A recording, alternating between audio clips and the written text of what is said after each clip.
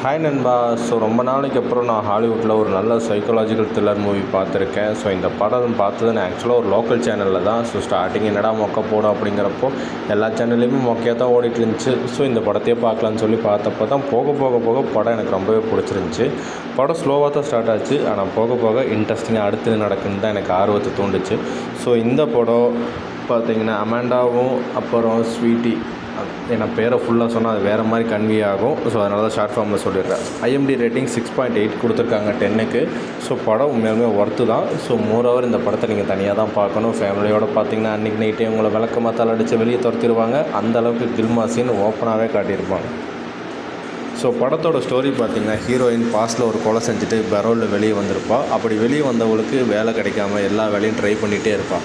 So அப்படி try பண்ணிகிட்டு இருக்கும்போது தான் ஒரு பணக்கார வீட்டில் வேலைக்காரி தேவைன்னு எழுதி போட்டிருப்பாங்க. ஸோ அதை போய் அட்டன் பண்ணலான்னு போகிறப்ப தான் அந்த பணக்கார லேடி இவனை வேலைக்கு ஏற்றுக்குவாள். ஸோ ஏற்றுக்கிட்டதுக்கப்புறம் உள்ளே போய் அவங்களோட மிங்கிளாகிறப்ப தான் தெரியுது அவங்களோட சீக்ரெட்ஸ் எல்லாம் இவளுக்கு தெரிய வரும்போது இவளோட லைஃப் அப்படியே டேஞ்சரில் ஜம்ப் ஆகுது.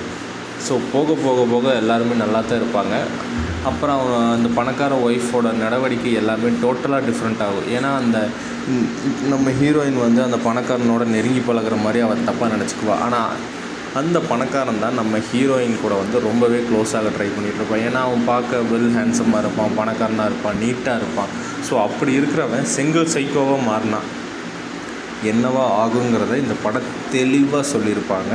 ஸோ ஆக்சுவல் வில்லனே ஹீரோ அந்த பணக்காரன் தான். ஆனால் ஆரம்பத்தில் அந்த பணக்காரனோட ஒய்ஃபை வில்லியாகவே காட்டிகிட்டு கொண்டு போயிருப்பாங்க. ஸோ அவள் ரொம்பவே நல்லவ.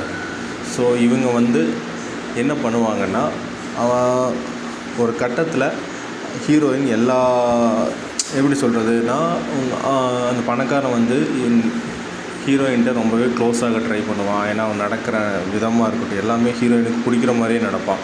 ஒரு கட்டத்தில் பணக்காரன் அவனோட ஒய்ஃபுக்கு தெரியாமல் இவங்கள்ட்ட அவுட்டிங் போய் எல்லா வேலையும் முடிச்சிருவாங்க. முடிச்சதுக்கப்புறம் அவன் அந்த ஒய்ஃபை கண்டுபிடிச்சிருவான். வெளியே போனதுக்கு உடனே அந்த பணக்காரன் என் வீட்டை விட்டு வெளியே போ, எனக்கு இவ தான் முக்கியன்றுவான். ஆரம்பத்தில் அவள் அழுகிற மாதிரி காட்டுவாங்க. ஆனால் அவள் அழுகலை, அவளோட சந்தோஷத்தை அழுகையாக வெளிப்படுத்துகிறாள். ஏன்னா இவன் எல்லாமே நீட்டாக இருக்கணும் அப்படின்னு நினைப்பான். ஒரு சின்ன தட்டு உடஞ்சா அதுக்கு தண்டனை பயங்கரமாக கொடுப்பான். ஸோ அதே தண்டனையை ஹீரோயினுக்கு கொடுக்க வரும்போது தான் ஹீரோயின் ரொம்பவே தைரியமானவங்க அவனை அதே மாதிரி பிளாக் பண்ணிடுவாங்க. ஸோ இந்த படத்தை பாருங்கள். இது பார்ட் 2வும் இருக்குது. ஸோ பார்ட் 2வோட ரிலீஸ் டேட்டும் அனௌன்ஸ் பண்ணிட்டாங்க.